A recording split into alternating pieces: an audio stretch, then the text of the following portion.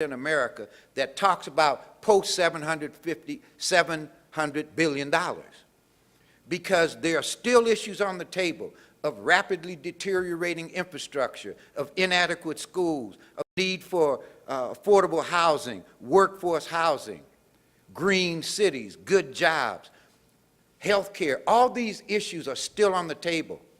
And when you take all this money off the table, what's left? So mayors, we need to continue to come together and speak with one voice. And those of you who haven't signed on to the letter from the U.S. Conference of Mayors that we drafted, get in touch with them and sign on. We need to make that statement. I'd like to make a couple other quick points. Earlier today, the term Homeland Security and security has been mentioned many times. I would like to offer this perspective. And I preface my remarks with this comment. There used to be a statement that used to say there's no such thing as a bigot in a foxhole. You get the reference? When you're facing a common enemy, no one cares about the differences. Stand by me and keep on firing, right? Fast forward to 2008, I would assert the following, that there is now a new definition of the foxhole. The foxhole is the planet Earth. Our national security strategy has to address the reality that there are global issues. Pax Americana no longer exists. We no longer find ourselves in a unilateral world. If you look at the world as it is going forward, global warming is a national security threat. Global terrorism is a national security threat. Global infectious disease, including HIV and AIDS, is a national security threat. And the increasing globalization of our economics and the weakness and the teetering is also in our national security interest. So we are now looking at a global situation where our security is no longer solely contingent upon our capacity to address the problem. We no longer have the capacity to totally control our security. There's no bubble over America, so whatever we do in global warming requires the cooperation of the world.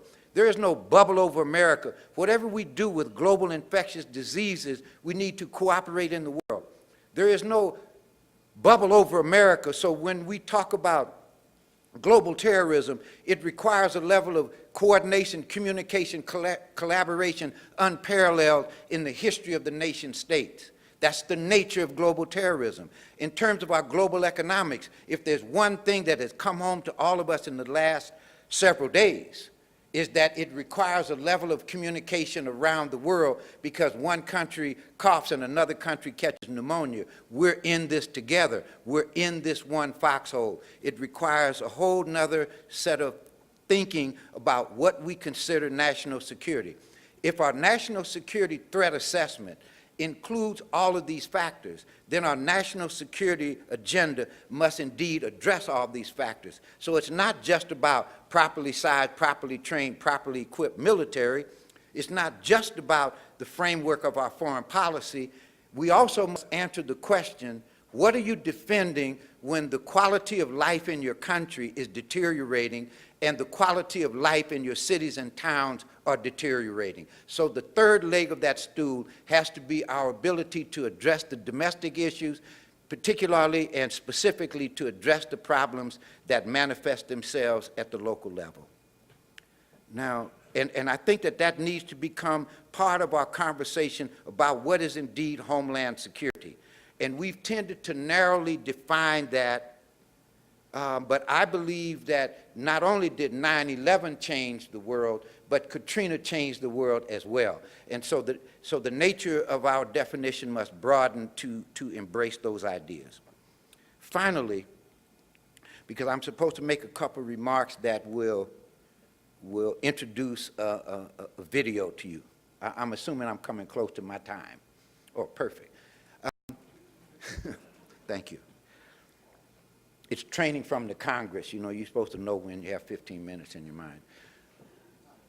This whole conference is about public-private partnerships, and what makes public-private partnerships even more paramount at this moment is that looking forward, we at the local level will find ourselves increasingly reliant upon our creativity and our ingenuity, increasingly reliant upon public collaborations, increasingly reliant upon public-private partnerships.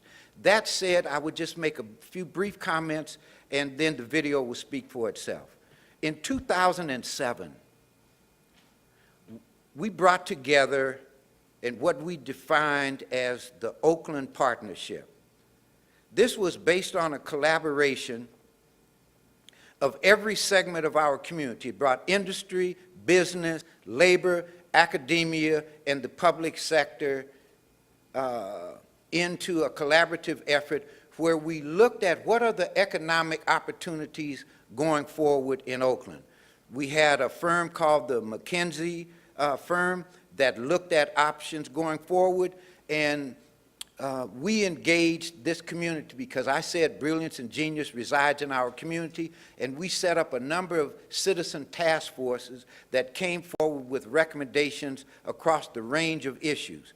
Well, the Economic Task Force and the McKinsey study group, interestingly enough, gave validity to each other.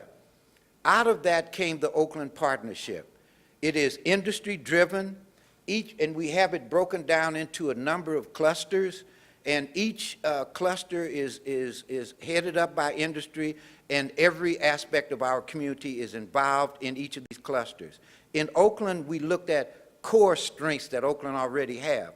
We have a number of hospitals and medical research activity in Oakland. How do we build upon that and create a workforce for the future as our healthcare industry expands?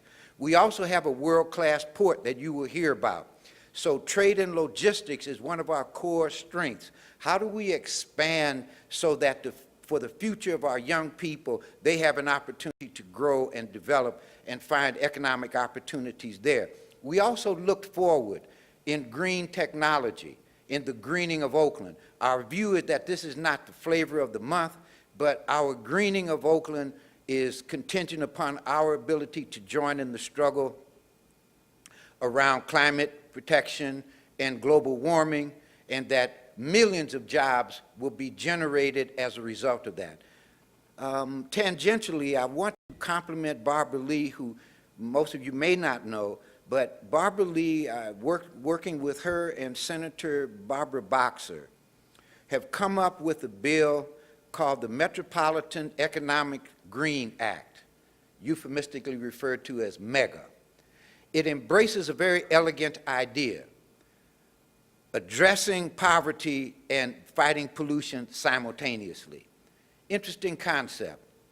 Fighting pollution, dealing with global warming, is the train that must leave the station. That's the imperative. There are thousands and millions of people who have been left behind.